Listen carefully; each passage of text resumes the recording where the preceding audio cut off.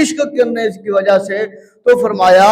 اللہ تبارک و تعالیٰ ان سب سے راضی ہو گئے اور وہ اللہ سے راضی ہو گئے، اور جن کا خدا لم یزل خود فرما رہا ہے جن کے بارے میں کہ میں خدا ان سے راضی ہو گیا ہوں اور وہ میں خدا سے راضی ہو گئے، تو کوئی بندہ ان صحابہ اکرام رضوان اللہ تعالی علیہم اجمعین کا نام لے کر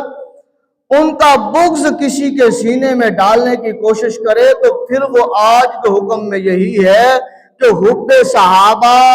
رحمت اللہ اور بغض صحابہ لعنت اللہ، جو آج بھی حضور کے صحابہ کی محبت لوگوں کے دل میں اجاگر کرنے کی کوشش کرے، دب و دو کرے، اس کے لیے تو اللہ کی رحمت برستی ہے۔ وہ جمعے کا بیان ہو یا ختم ہو یا کوئی محفل ہو یا کوئی جو ہے وہ کتابت کی صورت میں ہو،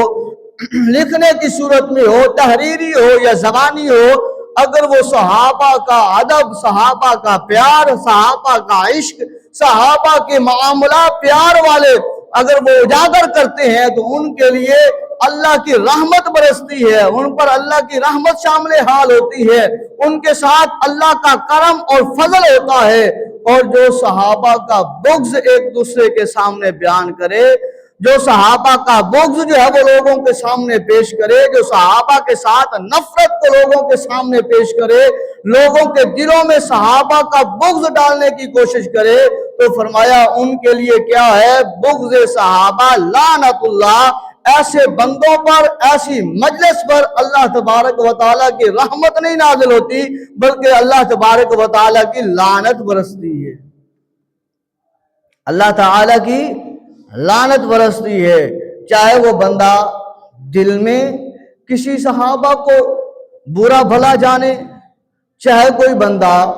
گھر میں بیٹھ کر کسی صحابہ کے خلاف بات کرے، چاہے کوئی بندہ کسی چوک میں، چوراہے میں، سوشل میڈیا کا دور ہے، اس پر بیٹھ کر کسی صحابہ کے بارے میں غلط ہلکے جملے ادا کرے،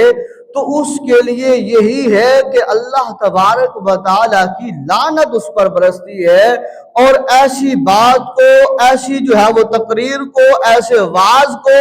آگے شیئر کرنے والے پر بھی اللہ تعالیٰ کی لعنت برستی ہے، ایسے پیغام کو بھی آگے جو ہے وہ بتانے والے تک، پہنچانے والے تک اللہ کی لعنت برستی ہے۔ اور اللہ خوش کس پر ہوتا ہے؟ اس پر ہوتا ہے جو صحابہ سے پیار، محبت، عشق کی بات کرتا ہے کہ الحمدللہ ہم صحابہ سے بھی پیار کرنے والے، اہل بیت سے بھی پیار کرنے والے، تابعین سے بھی پیار کرنے والے، تبع تابعین سے بھی پیار کرنے والے، اولیاء اعظام سے بھی محبت کرنے والے، علماء سے بھی محبت کرنے والے، مفتیان کرام سے بھی محبت کرنے والے، ائمہ اکرام سے بھی محبت کرنے والے، ائمہ اکرام سے بھی پیار کرنے والے، حافظ قرآن سے بھی محبت کرنے والے ہیں۔